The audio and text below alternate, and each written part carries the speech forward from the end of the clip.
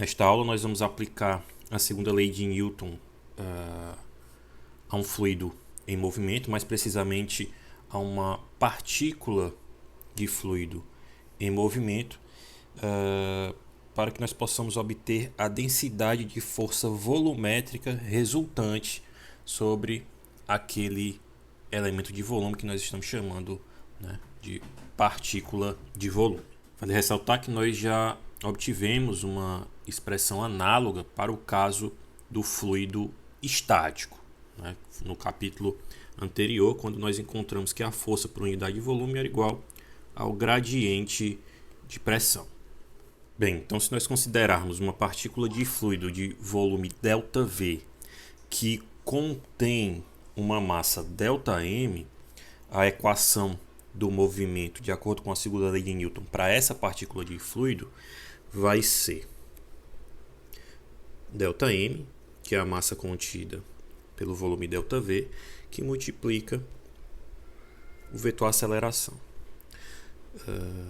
Bem, o elemento de massa ΔM ele vai ser igual à densidade do fluido, né, contido nesse volume, vezes o elemento de volume. Então nós vamos ter para a segunda lei de Newton isso aqui igual a ρ, que é a densidade, vezes o vetor aceleração, que multiplica o elemento de volume ΔV.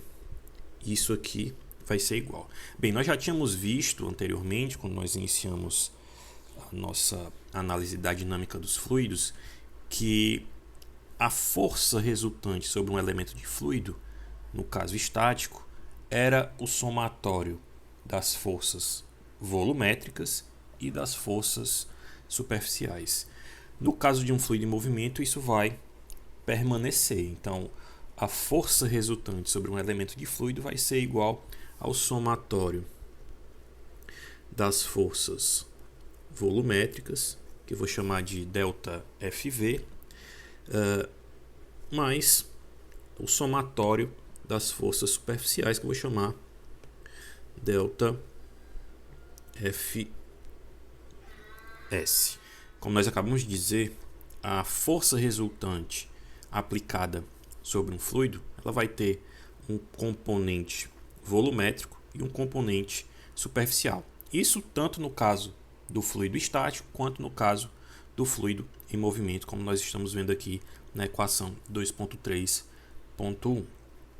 A principal diferença entre os dois casos, né, o fluido estático e o fluido em movimento, é que quando o fluido está em movimento, vai haver uma força volumétrica além da força gravitacional atuando sobre o fluido. Essa segunda componente volumétrica ela vai estar associada ao atrito, né, no deslizamento das diversas camadas do fluido, umas sobre as outras. Então, quando o fluido escoa, a gente vai ter esse atrito entre camadas adjacentes do fluido. E essa segunda componente volumétrica, né, de força volumétrica, ela é chamada de força de viscosidade ou viscosidade. Esse atrito entre as camadas adjacentes do fluido ele vai surgir devido ao aparecimento de tensões tangenciais que vão ser aplicadas sobre as camadas do fluido devido ao seu escoamento. Se nós considerarmos um fluido real, ele vai estar sempre sujeito à viscosidade. Desse ponto em diante, neste tópico, para facilitar a nossa análise, nós vamos considerar que o fluido que está em movimento é um fluido perfeito ou ideal, ou seja, é um fluido que tem viscosidade desprezível. Não vão existir tensões tangenciais mesmo com o fluido em movimento. Então, a partir de agora, para facilitar a nossa análise, a viscosidade devido ao movimento do fluido vai ser desconsiderada. Vale ressaltar que tudo o que foi discutido anteriormente com relação às forças superficiais vai continuar sendo válido, ou seja, a pressão vai depender somente do ponto considerado no interior do fluido. Ela não vai depender do elemento de superfície sobre o qual ela atua. Como nós temos uma situação em que as forças tangenciais são nulas e a viscosidade é desprezível, as únicas forças que vão atuar sobre a partícula de fluido, sobre o elemento de fluido, vão ser a força volumétrica devido à gravidade e as forças superficiais devido à pressão.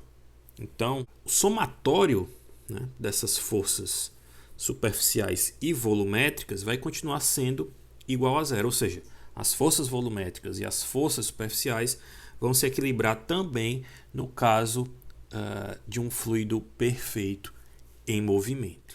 Do tópico 1.3,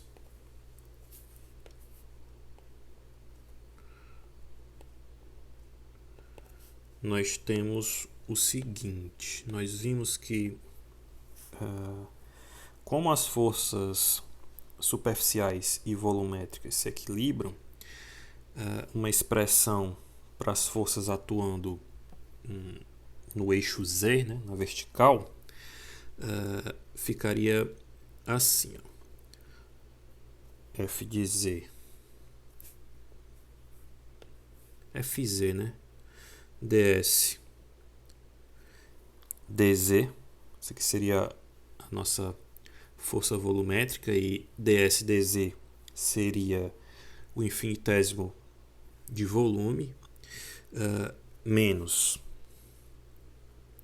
del rho P, del rho Z, ds dz igual a zero. A gente está só reproduzindo o que a gente concluiu aqui, que o somatório das forças volumétricas e superficiais vai ser igual a zero. Isso implica que Fz menos del rho P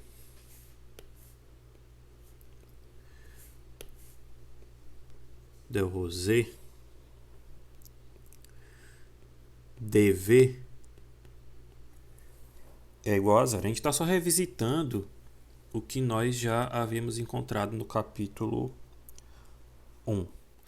Generalizando essa expressão para os três eixos, nós vamos ter o seguinte: a força volumétrica resultante menos o gradiente de pressão vezes o elemento de volume dV, ou F menos o gradiente de P dV, vai ser igual a zero. Se nós considerarmos o elemento de volume ΔV, né, que nós estamos considerando desde o começo do tópico, a expressão que nós obtivemos, né, novamente, ela ficaria F menos o gradiente de P ΔV. Né, e a somatória, né, resultante das forças volumétricas e das forças superficiais de pressão ficaria ΔFV mais ΔFS. Nós vimos que esse somatório, né, das forças ele é igual a zero. O que ocorre também para esse termo, né? F menos o gradiente de P ΔV também vai ser igual a zero. Então, ΔFV mais ΔFS vai ser igual a F menos o gradiente de P, o gradiente de pressão, vezes o elemento de volume ΔV. Essa expressão é a expressão 2.3.2. E F, né, essa força F que aparece aqui, é a densidade de força volumétrica externa, certo? Devido, de acordo com as nossas considerações, devido ao campo gravitacional. Substituindo a equação 2.32 que nós acabamos de encontrar na equação 2.31, que nós vimos no início do tópico, nós vamos obter ρ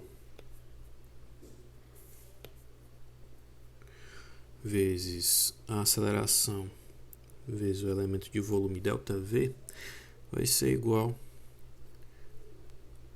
a força, a densidade de força volumétrica menos o gradiente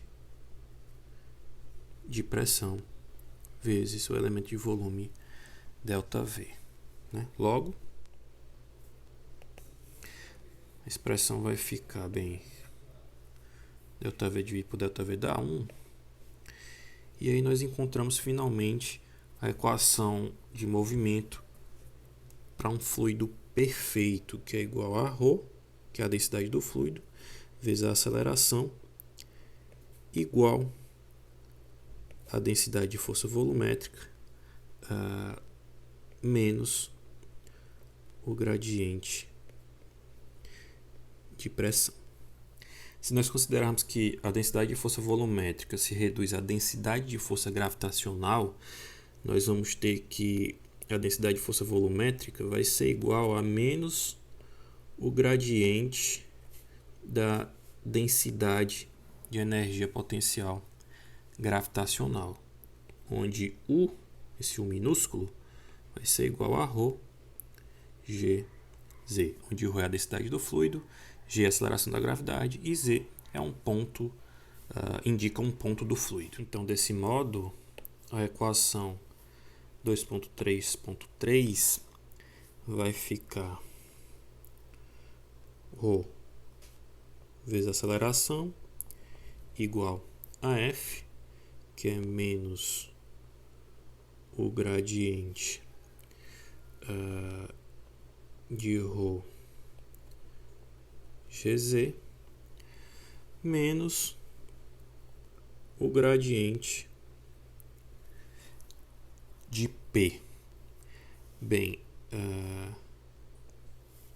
a derivada da soma é igual à soma das derivadas, então essa expressão ela vai ficar ρ vezes a aceleração igual a menos o gradiente de P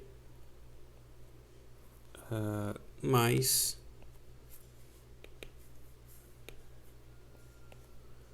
ρ GZ.